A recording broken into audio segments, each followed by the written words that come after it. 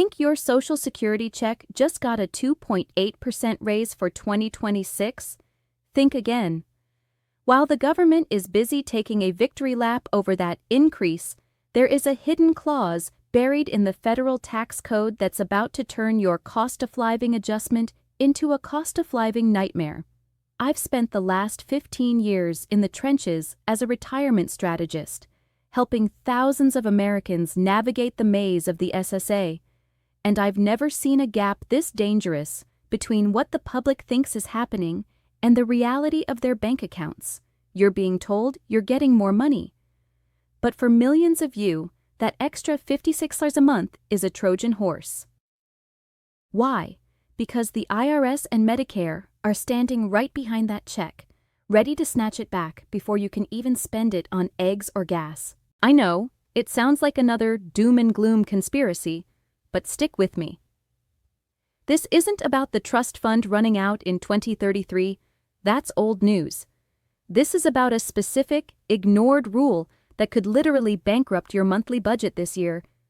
Here's the secret the big headlines won't tell you. The 2026 COLA isn't a payout, it's a trigger. For many of you, that tiny 2.8% bump is going to push your provisional income just $1 over a threshold that hasn't been updated since 1984. The second you cross that line, up to 85% of your Social Security benefits become taxable. We're talking about a tax torpedo that can wipe out your entire year of raises in a single filing. But it gets worse. While your check goes up by 2.8%, your Medicare Part B premiums are jumping by nearly 10%. For a huge chunk of seniors, the math literally doesn't work. You're earning more on paper, but your take-home pay is actually shrinking. If you're feeling like the deck is stacked against you, you're not crazy. You're just paying attention.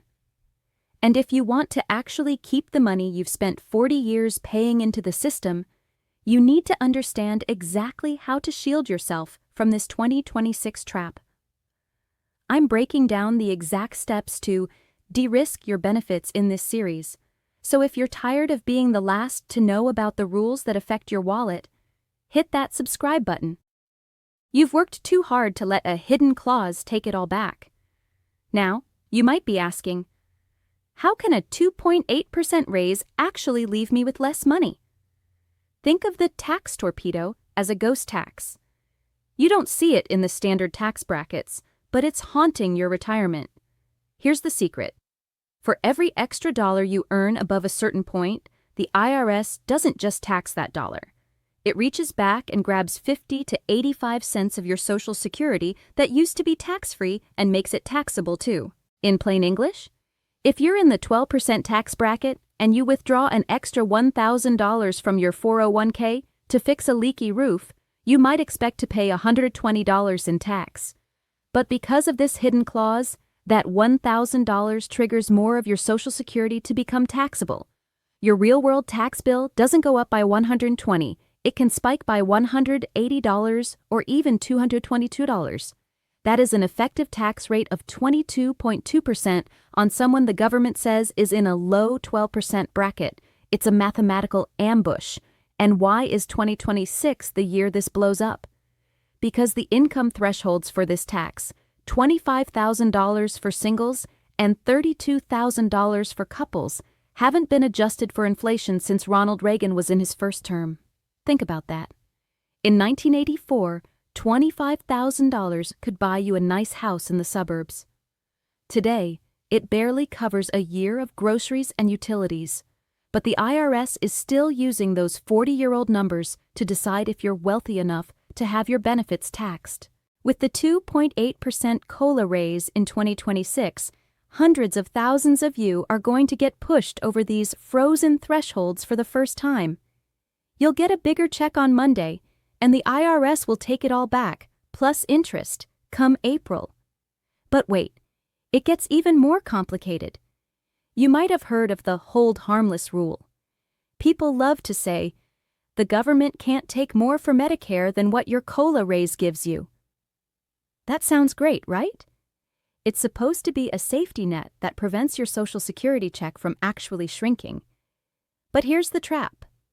The hold harmless rule is full of holes. It doesn't apply if you're new to Medicare in 2026. It doesn't apply if you're already paying higher premiums because of your past income, a little thing called IRMA, and it definitely doesn't protect you from the 9.7% jump in Medicare Part B premiums if your COLA raise is even 1 penny more than that increase. In 2026, the standard Part B premium is jumping to $202.90. That's an extra $17.90 every single month. If you're an average retiree getting a $56 raise, nearly a third of that extra money is gone before you even see it. I know this sounds like a lose-lose situation, but stick with me. There is a way to defuse the torpedo before it hits your bank account. It involves a strategy that most CPAs don't even talk to seniors about because it requires looking 2 years into the future.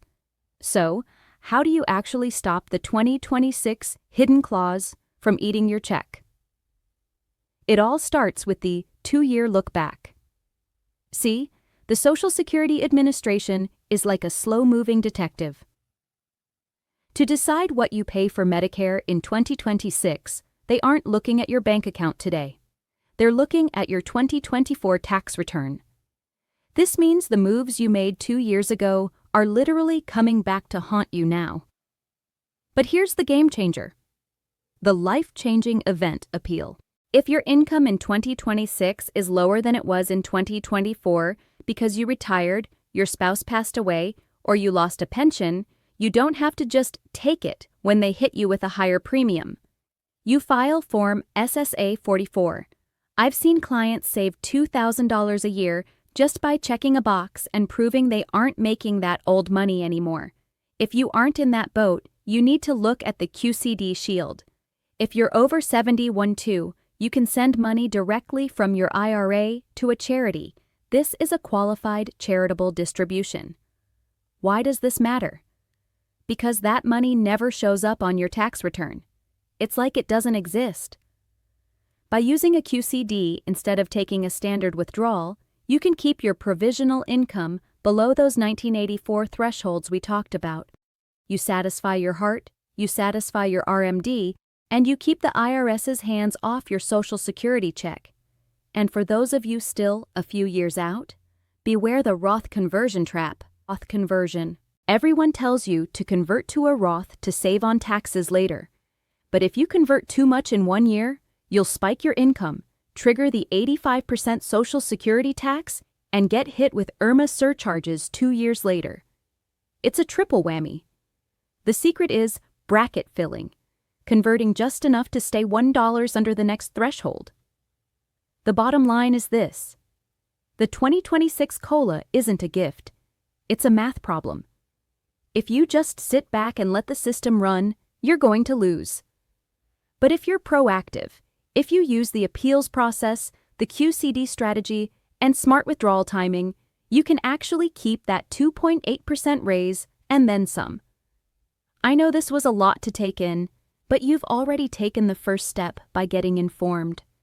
Don't let your 40 years of hard work be erased by a clause they hoped you wouldn't notice. If you found this breakdown helpful, do me a favor and share this with one person you know who is relying on their Social Security. Most people won't see this coming until their January check arrives smaller than they expected. Let's make sure that's not you.